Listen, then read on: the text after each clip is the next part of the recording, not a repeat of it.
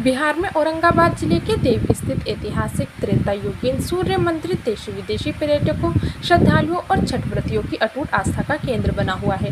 भगवान भास्कर का त्रेतायुगीन सूर्य मंदिर सदियों से लोगों को मनोवांछित फल देने वाला पवित्र धर्म स्थल रहा है। यूं तो सालों भर देश के विभिन्न जगहों से लोग यहाँ पधार मन्नतें मांगने और सूर्य देव द्वारा उनकी पूर्ति होने पर अर्घ्य देने आते हैं, लेकिन लोगों का विश्वास है कि कार्तिक चेती छठ वर्ष के पूर्ण अवसर पर सूर्य देव की साक्षात उपस्थिति की रोमांचक अनुभूति होती है।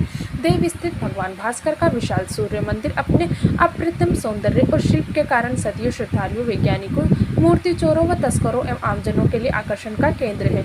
मंदिर की अभूतपूर्व स्थापत्य कला, शिल्प, कलात्मक भव्यता और धार्मिक महत्ता के कारण ही जनमानस में ये किंवदंती प्रसिद्ध है कि इसका निर्माण देवशिल्पी भगवान विश्वकर्मा ने स्वयं अपने हाथों से किया है। काले और भूरे पत्थरों की अति सुंदर कृति जिस तरह उड़ीसा प्रदेश में पुरी स्थित जगन्नाथ मंदिर का शिल्प है, ठीक उसी से मिलता जुलता शिल्प देव के प्राचीन सूर्य मंदिर का है।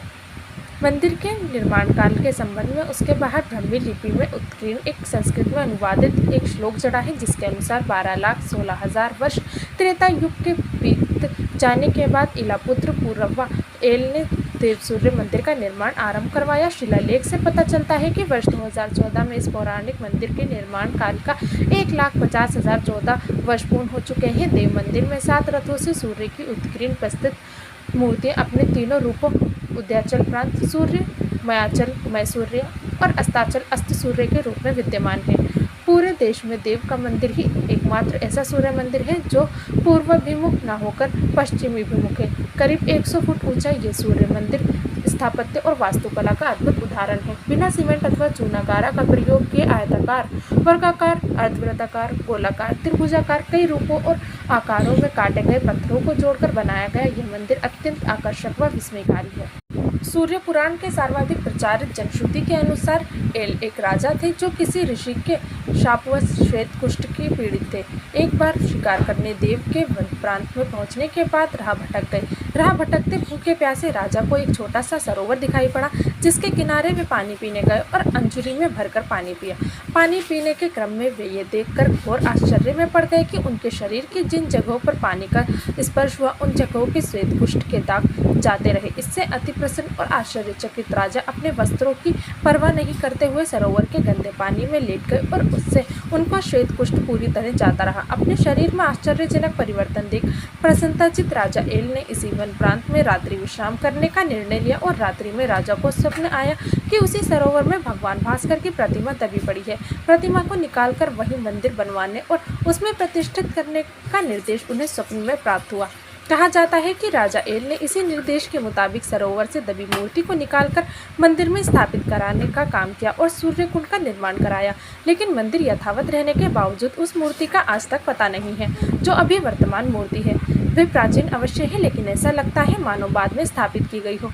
मंदिर परिसर में जो मूर्तियां हैं वे खंडित तथा जीर्ण शीर्ष अवस्था में हैं।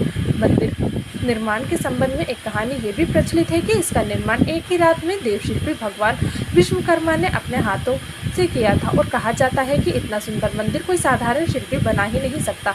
इसके काले पत्थरों की नक्काशी अप्रतिम है और देश में जहाँ भी सूर्य मंदिर है उनका मुख पूरब की ओर है, लेकिन यही एक मंदिर है जो सूर्य मंदिर होते हुए भी उषाकालीन सूर्य की रश्मियों का अभिषेक नहीं कर पाता, वरन अस्ताचलगामी सूर्य की किरणें ही मंदिर का अभिषेक करती हैं।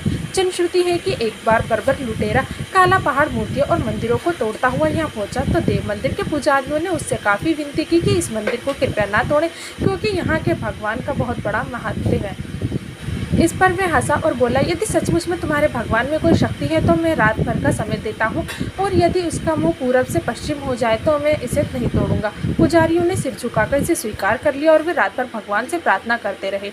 सवेरे उठते ही हर किसी ने देखा कि सचमुच मंदिर का मुंह पूरब से पश्चिम की ओर हो गया था और तब से इस मंदिर का मुँह पश्चिम की ओर ही है। कहा जाता है एक बार चोर मंदिर में 8 मन 1 मन 40 किलोग्राम के बराबर वजनी स्वर्ण कलश को चुराने आए। वह मंदिर के ऊपर चढ़ ही रहा था कि उसे कहीं से गड़गड़ाहट की आवाज़ सुनाई दी और वह वहीं पत्थर बनकर चिपक गया। आज लोग अपने को सटे चोर की और उंगली दिखाकर बताते हैं। इस संबंध में पूर्व सांसद, प्रख्यात साहित्यकार एवं के बल्कि के गांव भवानीपुर के रहने वाले शंकर दयाल सिंह का मानना था कि इसके दो कारण हो सकते हैं। इनमें एक ये है कि कोई सोना चुराने नहीं आए, इसलिए ये कीमती प्रसिद्ध में आई, और दूसरी बात यह है कि जिसे चोर की संज्ञा दी जाती है वे देखने पर बुद्ध की मूर्ति नजर आती है। वहीं इस मत से भिन्न रुख रखने वालों में पंडित राहुल शंकरत्यानंद प्रमुख है, जिनके अनुसार ये प्राचीन काल में बुद्ध मंदिर था, जिसे विधर्मियों से भयाक्रांत भक्तजनों ने इसे मिट्टी से पाट दिया था। कहा जाता है कि सनातन धर्म के संरक्षण और संस्कारक शंकराचार्य जब इधर आए तो संशोधित और सुसंस्कृत कर यहाँ मूर्ति प्रतिष्ठित की। पुरातत्व से जुड़े डॉक्टर के दत्त और पंडित विश्वनाथ शास्त्री ने भी इसकी अति प्राचीनता का प्रबल समर्थन किया।